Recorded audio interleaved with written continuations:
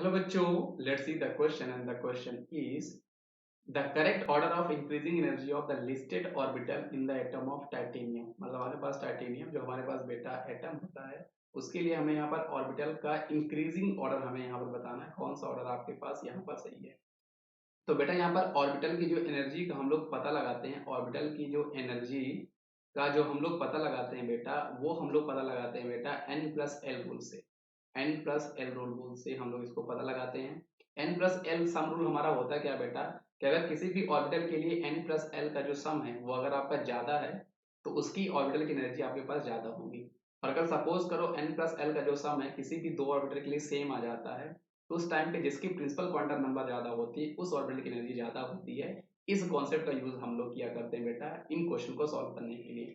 अब यहाँ पर बेटा आपके पास ऑप्शन जो हमारे पास गिवन है, आपके पास यहाँ पर क्या है बेटा, आपके पास मैं देख सकता हूँ 4s है, 3s है, 3p है एंड 3d है ना। ये चार तरह के ऑर्बिटल हमें यहाँ पर गिवन है। इसके लिए बेटा हम n प्लस एल की वैल्यू पता करते हैं, उनका सम कितना आएगा। तो सबसे पहले आपको ये पता होना चाहिए बेटा, जो आपका l होता है एजीमुथल क्वांटम नंबर, उसकी वैल्यू जो होती है बेटा वो s p d और f के लिए फिक्स होती है।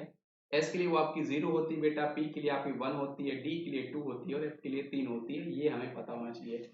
अब हम पहला केस देखते हैं बेटा, यहाँ पर आपके पास 4s है तो n की वैल्यू तो यहाँ पर बेटा आपके पास 4 होगी और l की वैल्यू आपकी 0 होगी। तो इसका जो सम आएगा n प्लस l का बेटा वो आपके पास 4 आने वाला है। अगर मैं 3s की बात करूं बेटा तो n की वैल्यू यहाँ पे 3 है, l की वैल्यू यहाँ पे 0 है, तो इसका जो सम है बेटा आपके पास वो 3 आने वाला है। अगर मैं यहाँ पे 3p की बात करूं बेटा तो n की वैल्यू यहाँ पर आपके पास 3 है और p की वैल्यू यहाँ पर बेटा आपके पास 1 है, क्योंकि p के लिए हमारे पास जो l की वैल्यू तो 1 होती है। तो ये सम आपके पास 4 आया। 3d की बात करूं बेटा तो n की वैल्यू यहाँ पर 3 है और d की वैल्यू यहाँ पर हमारे पास 2 है बेटा, तो इसका सम हमारे पास 5 आने वाला है। अब इस क्वेश्चन को हम सॉल्व करें बेटा तो आप देख सकते हो कि सबसे कम एनर्जी यहाँ पर आपके पास 3s की है। उसके बाद अगर मैं बात करूं तो देखो 4s और 3p इनका जो n प्लस एल का सम है बेटा वो आपका इक्वल आया है। तो उस केस में बेटा जिसका n प्रिंसिपल क्वांटम नंबर कम होता है उसकी एनर्जी कम होती है। इसलिए 3s के बाद बेटा आपका आएगा 3p, उसके बाद आपका आएगा बेटा 4s और सबसे ज्यादा आपका ऑर्बिटल जिसकी एनर्जी होगी वो आपका 3d आ जाएगा। तो हमारे पास जो ऑर्डर है बेटा वो आपके पास कौन सा होना चाहिए, इंक्रीजिंग ऑर्बिटल की एनर्जी का ऑर्डर 3s 3p फिर 4s फिर 4d।